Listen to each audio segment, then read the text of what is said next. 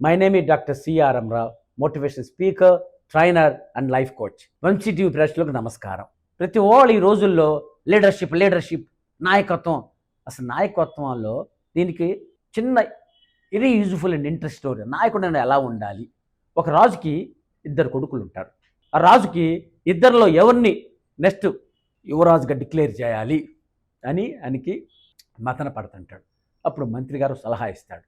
Sir, మనకి క్యాపిటల్కి రాజధానికి నీళ్లు లేవు సరిగ్గా. మనకి నార్త్లో మంచి సోర్స్ ఉంది వాటర్, సౌత్లో మంచి సోర్స్ ఉంది. కాబట్టి మీ పెద్ద అబ్బాయికి నార్త్ నుంచి నీళ్లు తెమ్మనండి, చిన్న అబ్బాయిని సౌత్ నుంచి నీళ్లు తెమ్మనండి క్యాపిటల్కి. ఇద్దరికి చెరి 6 నెలలు, అందరికి 6 నెలలు టైం ఇవ్వండి అంటే రాజుగారు ఇద్దరు కొడుకులు పిలిచి, అరే మన రాజధాని నీళ్ళు తేవాలరా, మీరు పోయి పెద్ద కొడుకు నువ్వు నార్త్ నుంచి నీళ్ళు తాయ్యా, చిన్నగా సౌత్ నీళ్ళు తాయ్యా చెప్తాడు. సో పెద్ద కొడుకు ఏం చేస్తాడు, ఎంబడే కోశాగారం నుంచి ధనాగారం నుంచి డబ్బులు తీసుకుంటాడు. తీసుకొని ఇంకా టక్ మనుషులు పెట్టి కాలువలు దోకుంటా నార్త్ నుంచి 6 నెలల కల్లా క్యాపిటల్కి నీళ్లు తెస్తాడు. చిన్న కొడుకు సౌత్కి వెళ్ళి యుద్ధాలు లేవు, జనమంతా ఖాళీగానే ఉన్నారు, సోల్జర్స్ ఏం పని లేదు, అందుకు డబ్బులు ఏమి తీసుకోకుండా సోల్జర్స్ని కాలువలు దించడం ఎంప్లాయ్ చేస్తాడు. పెట్టుకొని చూస్తాడు, కాలువ తవ్వుతూ చూసి వెళ్తుంటే మధ్యలో చాలా ప్రాంతాల్లో నీళ్లు లేక అలమటిస్తున్నారు రైతులు. అరే పాపం వీళ్ళకి కూడా సహాయం చేయాలరా అని చెప్పి రైతులు పిలుస్తాడు.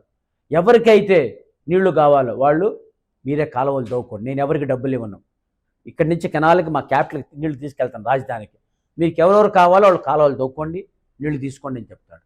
వాళ్ళు కూడా అందరు పాప సంతోషంగా అందరు కాలువలు తవ్వుకుంటారు, నీళ్లు తీసుకుంటూ ఉంటారు. దీనివల్ల ఒక 4 months లేట్ అవుతుంది అనమాట.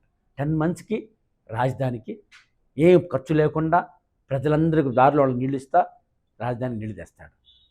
సో ఇద్దరిని పిలిపిస్తాడు రాజుగారు. సో పెద్ద కొడుకు అంటాడు, డాడీ వాడు 10 నెలలు తీసుకున్నాడు, నేను 6 నెలల కల్లా నీళ్లు తెప్పించాను మీరు చెప్పిన ప్రకారం, బ్రహ్మాండంగా చూడండి, వాడు 4 ఎక్స్ట్రా తీసుకున్నాడు, వాడు నీళ్లు తెచ్చిన కానీ లేట్ అయిపోయింది అంటే అప్పుడు రాజు అని నవ్వుతూ అంటాడు, నాయన నిజమైన రాజు అంటే ఎవరంటే రెండో వాడే, నువ్వేంది స్ట్రైట్గా నీళ్లు తెచ్చావు, డబ్బులు ఖర్చు పెట్టావు, తుక్కు చేసేసావు, వాడు పైసా ఖర్చు కాకుండా రాజధాని నీళ్లు తెచ్చాడు, దారిలో ఉన్న పేద ప్రజలకి అందరూ దాహార్తి ఇచ్చాడు, పొలాలకు నీళ్ళు ఇచ్చాడు, కాబట్టి వాడు అసలైన రాజయ్యా. కాబట్టి మన కోసం మన బతక నలుగురు కోసం బతకాలి, అందరి మంచి కోరేవాడు, తక్కువ ఖర్చుతో అందరికి మంచి చేసేవాడు, అందరు సంతోషంగా జీవితాలలో వాడు అసలైన రాజు అని చెప్పి రెండో కొడుకుని రాజుగా డిక్లేర్ చేస్తాడు.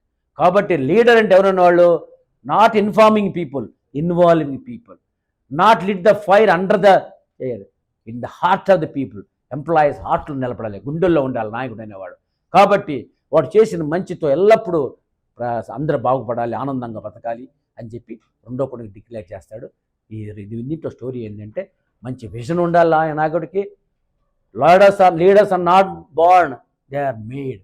సో చూసారా, ప్రజలకు మంచి చేసుకుంటా అందరు చేశారు కాబట్టి ఆయన నిజమైన నాయకుడు అని సెలవు తీసుకుంటా. మీరు కూడా మంచిగా నలుగురు మంచి ఆలోచించాలి, మంచి చేయాలి, జీవితంలో సార్థకత పొందాలని కోరుకుంటూ సెలవు తీసుకున్నాను. Thank you very much.